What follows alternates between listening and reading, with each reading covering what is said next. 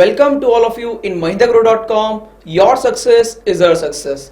स्वागत है आप सभी का mahindra.com में। और आज हम चर्चा करने जा रहे हैं कोडिंग डिकोडिंग के सेक्शन पर। देखिए, कोडिंग डिकोडिंग के रेफरेंस पे अगर हम बात करें तो एसएससी में 4 से 5 नंबर के क्वेश्चन पूछे जाते हैं और बैंकिंग सेक्टर में भी 2 से 3 नंबर के क्वेश्चन कोडिंग डिकोडिंग और के रेफरेंस में पूछे जा सकते हैं। कोडिंग डिकोडिंग का रोल जो आपके हर एक एग्जाम में है, तो क्वेश्चन स्टूडेंट की तरफ से ये उठता है कि सर बताइए हम ऑपोजिट लेटर्स को कैसे याद करेंगे, कैसे ए के अपोजिट जेड आएगा, बी के अपोजिट वाई आएगा, कैसे हम इसको याद करें और कैसे इन सभी की प्लेस वैल्यू को लर्न करें।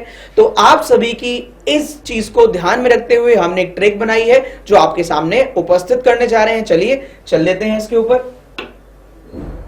देखिए, how to learn opposite letters. आप देख सकते हैं आपके स्क्रीन पर सारे ऑपोजिट लेटर हैं, A to Z, B to Y, C to X, ऐसे ही आपको सारे के सारे लेटर रखे गए हैं। सबसे पहली बात जो आपको यहां ध्यान रखनी है, आप इस एज में आकर अपने कुछ रूल रेगुलेशन बनाएं, अपनी कोडिंग तैयार करें कि किसी भी नाम को देखकर आपको ऐसे ही इतनी आसानी से याद हो जाए जैसे आपको ड्यू की बोतल देखकर याद होता है। या फिर अगर हम बात करें इंडियन रेलवे, कुछ की पॉइंट, कुछ थीम पॉइंट्स हैं जो आपको याद रखने हैं जिससे आप रिलेट करके क्वेश्चन को याद कर सकते हैं। अब यहां पर जो ऑपोजिट लेटर दिए गए हैं उनके रेफरेंस में हमने आपके हितों को ध्यान में रखते हुए स्टोरी तैयार की है। वो स्टोरी क्या है, वो फनीएस्ट वे में तैयार की। कैसे, देखिए, हमने यहां पर 2 स्टूडेंट के बीच की कन्वर्सेशन को लिया है कि कैसे वो घूमने जाने की प्लानिंग कर रहे थे।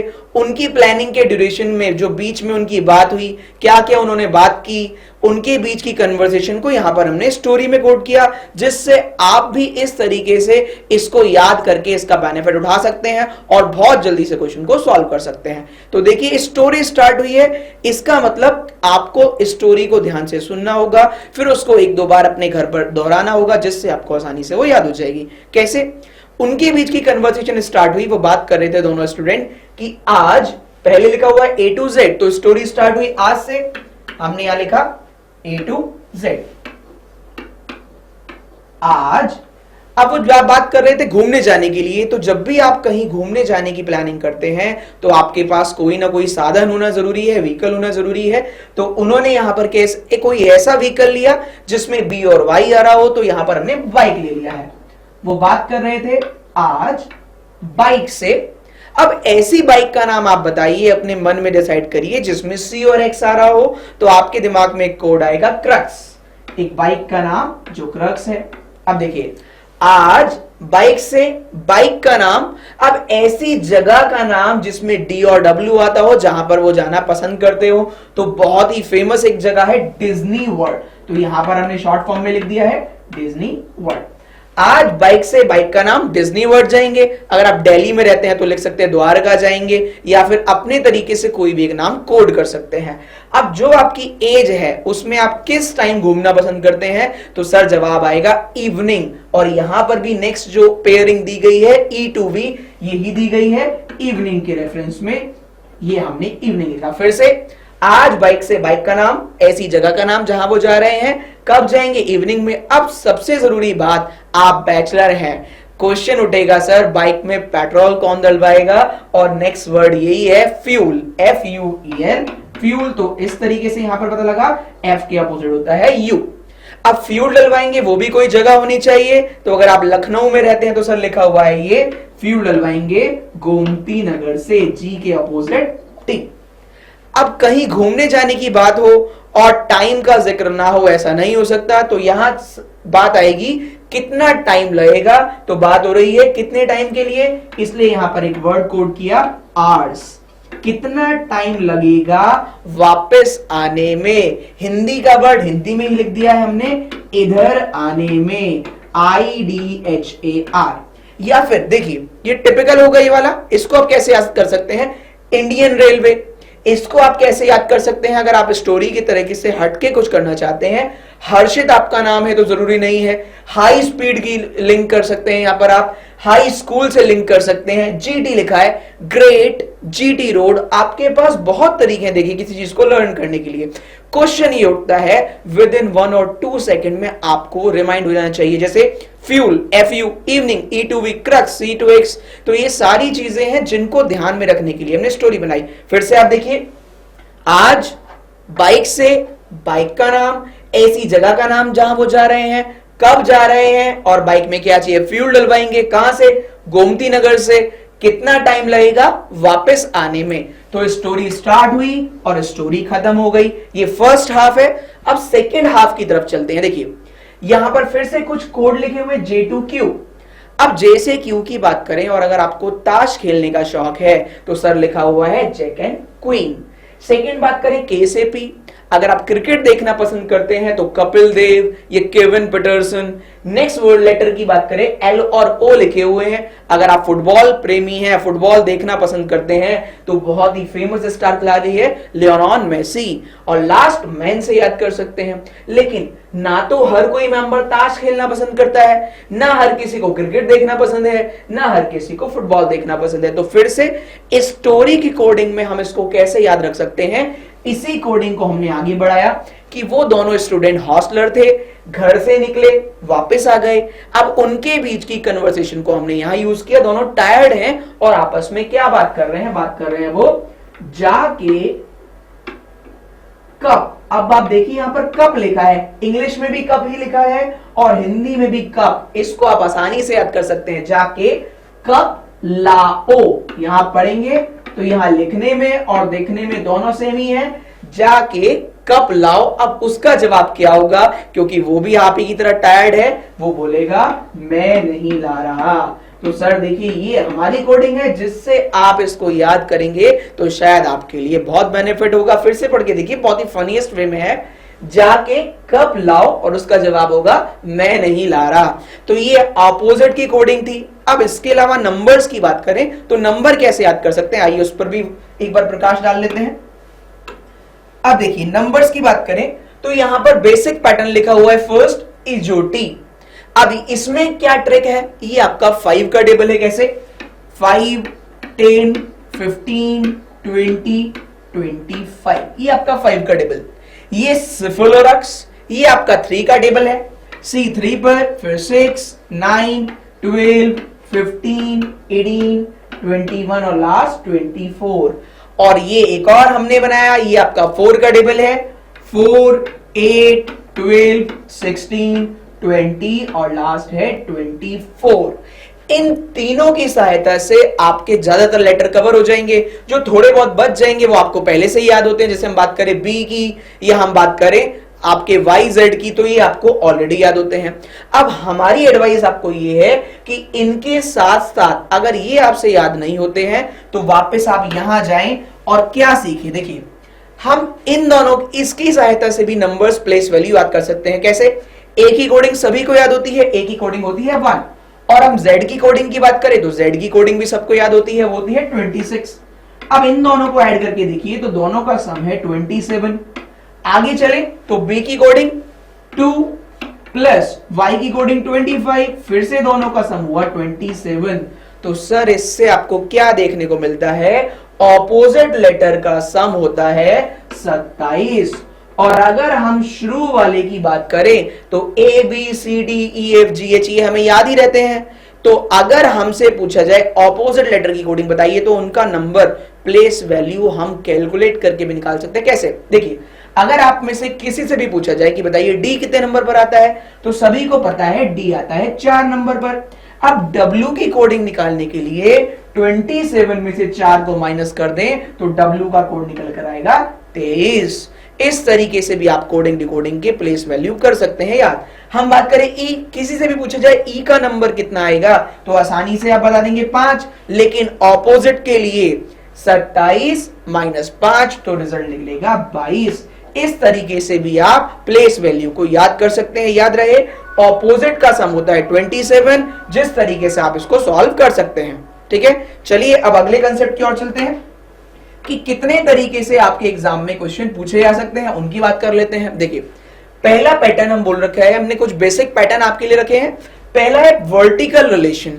वर्टिकल रिलेशन की जब भी हम बात करें तो एसएससी में 1 या 2 क्वेश्चन इस बेस पर पूछा जा सकता है। होता क्या है, आपको जब कभी भी 3 लेटर या फिर 4 लेटर की कोडिंग दिखाई दे तो उसके सामने भी सर 4 लेटर लिखे होंगे। जनरल सेंस में अगर हम बात करें तो याद रखिए वर्टिकल सेंस का मतलब है यहां पर पहले वाले की कोडिंग उसके सामने होगी, दूसरे वाले की उसके सामने, तीसरे वाले की उसके सामने और फोर्थ वाले की उसके सामने। अब ये कितने तरीके से हो सकती है ये भी आपको बताते हैं। सपोज करिए फर्स्ट नंबर पर लिखा हुआ था C और उसके सामने वाली जो कोडिंग थी वहां पर लिखा हुआ था E। इसका मतलब क्या किया गया है, ये एडिशन किया गया है। अगर हम अगले क्वेश्चन की बात करें, सपोज करिए C के सामने A लिखा होता तो इसका मतलब सब्सट्रैक्शन किया गया है। अगर C के सामने हम X लिखें तो आप क्या समझेंगे सर, तो इसका मतलब ये इसका ऑपोजिट लिखा है। फिर से एडिशन, सब्सट्रैक्शन, ऑपोजिट या फिर उसकी खुद की प्लेस वैल्यू या फिर उसके ऑपोजिट की प्लेस वैल्यू या फिर लास्ट बात करें तो सबसे जरूरी जो होगा वो ध्यान देने वाला ये है, हो सकता है C के सामने 6 लिखा हो, जो अधिकतर स्टूडेंट को समझ में नहीं आता है। तो याद रखें C के सामने 6 कैसे आ सकता है। यहां हमने लिखा है सर 24 था ऑपोजिट की प्लेस वैल्यू। अब याद रखें 24 का सम करें तो 2 + 4 होता है 6। इसका मतलब कितने तरीके से वैल्यू कोड की जा सकती है, हमने जितने तरीके हो सकते थे वो आपके सामने प्रेजेंट कर दी। देखिए एडिशन हो सकता है, वो हमने यहां पर 2 किया, हो सकता है 1 करता, 5 करता, वो उसके ऊपर है। एडिशन, सब्सट्रैक्शन, ऑपोजिट, खुद की प्लेस वैल्यू, ऑपोजिट की प्लेस वैल्यू या फिर ऑपोजिट की प्लेस वैल्यू का सम आपके सामने आ सकता है। तो इसका ध्यान रखना बहुत आवश्यक है। चलिए अगले कंसेप्ट की ओर चलते हैं। सेकेंड है रिलेशन इन पेयर। जब भी अब आपके सामने दिखेंगे जनरली जो क्वेश्चन आते हैं 5 लेटर के ऊपर बेस्ड आते हैं और उसकी कोडिंग भी सामने 5 ही लिखी होगी। तो जब भी आप 5 लेटर वाला क्वेश्चन देखें तो सबसे पहले याद रहे मिड वाले को सॉल्व करें इसको, और इसकी कोडिंग जनरली कहां पर होगी, वर्टिकली होगी उसके सामने। याद रखें सबसे पहले मिड वाले को सॉल्व करें। मिड वाले को सॉल्व करने के बाद हमने कहा पेयर में चल रहे होंगे तो फर्स्ट वाले का रिलेशन सेकंड से, सेकंड वाले का फर्स्ट से, सही। इसी प्रकार आगे भी 4 का 5 से और 5 का 4 से, इस तरह का रिलेशन को हम बोलते हैं रिलेशन इन पेयर। अगर ये 6 होते, 4 होते तो फर्स्ट 2 और लास्ट 2, 6 होते तो जनरली इसको भी पेयरिंग में कभी कभी क्वेश्चन पूछ लेता है। ठीक है, चलिए अगले कंसेप्ट की ओर चलते हैं। तीसरा कंसेप्ट है हाफ पैटर्न मेथड। याद रहे जब सीरीज बड़ी होती है, सपोज करिए 6 लेटर है या फिर 6 लेटर में क्या किया जाएगा, उसको आधा आधा कन्वर्ट कर लिया जाता है 2 हिस्सों में।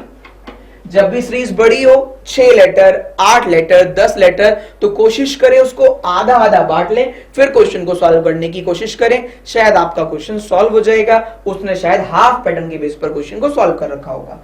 और अंतिम कंसेप्ट की बात करें फर्स्ट टू लास्ट रिलेशन। कभी कभी जब 5 लेटर होते हैं या उससे ज्यादा भी हो सकते हैं तो किस चीज का ध्यान रखें, सबसे पहले मिड वाले को ही सॉल्व करें, जो हमने पहले भी आपको बताया था।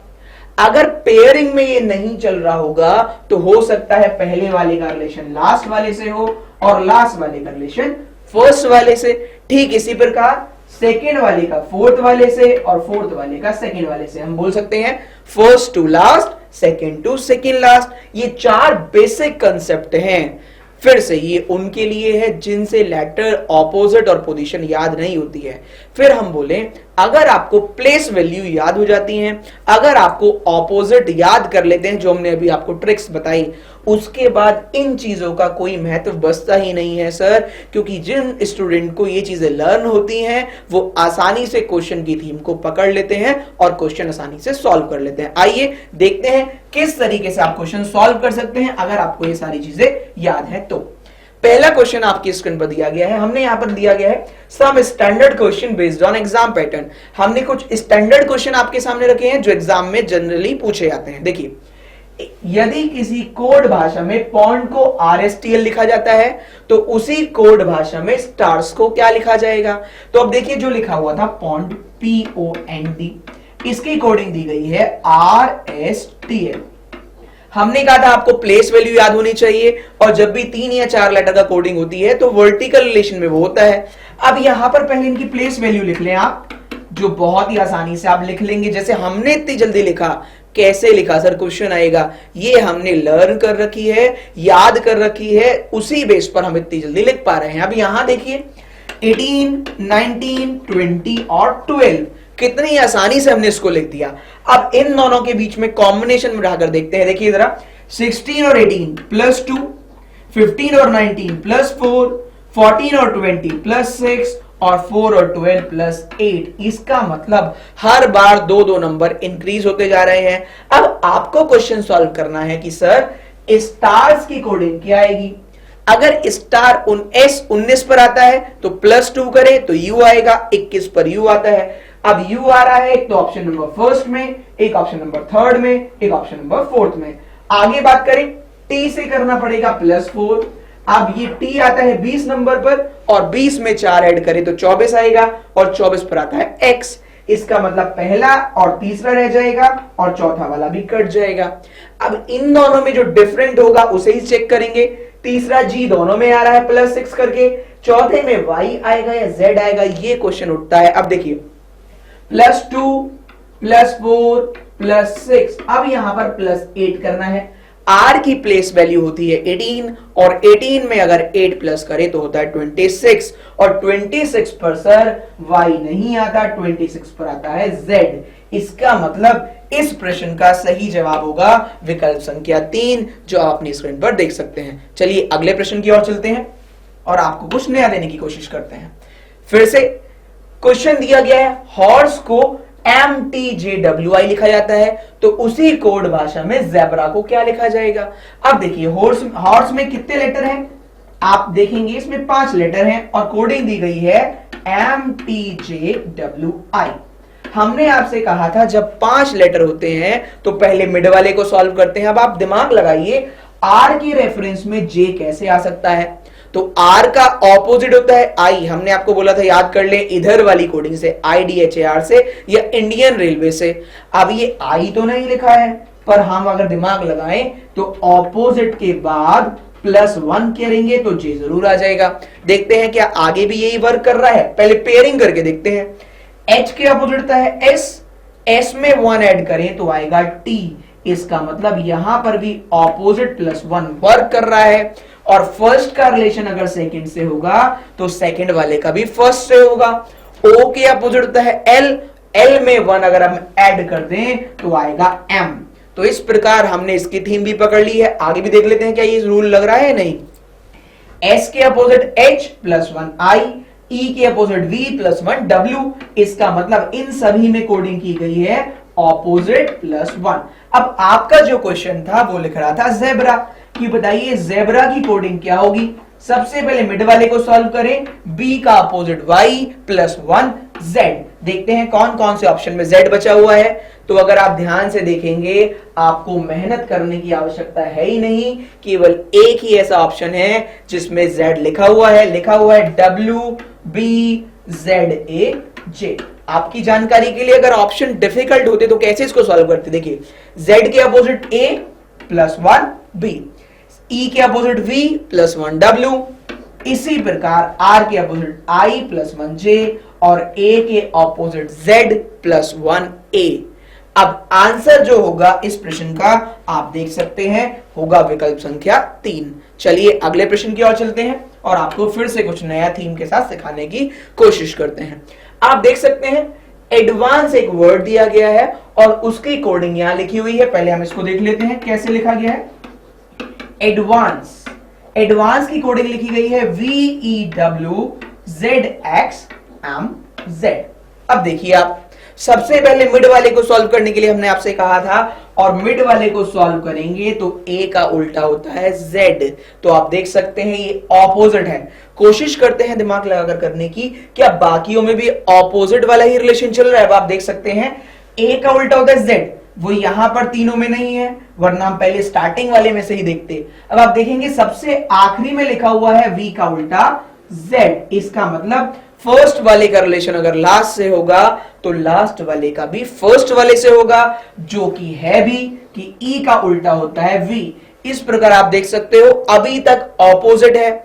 अब B का उल्टा होता है W, होना चाहिए था लास्ट में, वहां नहीं है। इसका मतलब कहां पर है आप देख सकते हैं, दिया गया है पेयरिंग में। इसका मतलब ये क्वेश्चन क्या नजर आता है, 2 और 3 मेथड के कॉम्बिनेशन से बना हुआ है। अगर D का ऑपोजिट यहां पर होगा तो V का ऑपोजिट भी इसके पास ही होगा, जो इस प्रकार आप देख सकते हैं, N का उल्टा M और C का उल्टा X।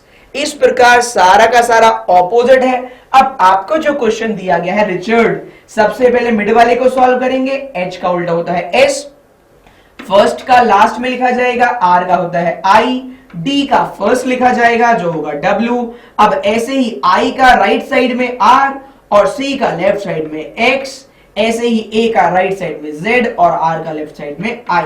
W X R S I Z I। अब देखते हैं कौन से वाले ऑप्शन में दिया गया है। ये दिया गया है ऑप्शन नंबर फर्स्ट में, आप देख सकते हैं W X R S I Z I, जो अभी अभी हमने ढूंढ कर निकाला है। क्वेश्चन यहां पर उठेगा कि सर याद करें तो क्यों ना करें। हम बार बार एडवाइस कर रहे हैं, याद करेंगे तो आप क्वेश्चन के आंसर 15 से 20 सेकंड में आसानी से निकालकर सॉल्व कर देंगे, अगर क्वेश्चन अच्छा है तो भी। चलिए अगले प्रश्न की ओर बढ़ते हैं। अगला प्रश्न दिया गया है, एक वर्ड लिखा गया है टाइटन और उसको न्यूमेरिकल वैल्यूज में कोड किया गया है। अब देखिए टाइटन की कोडिंग दे रखी है, आप देखेंगे तो 48797।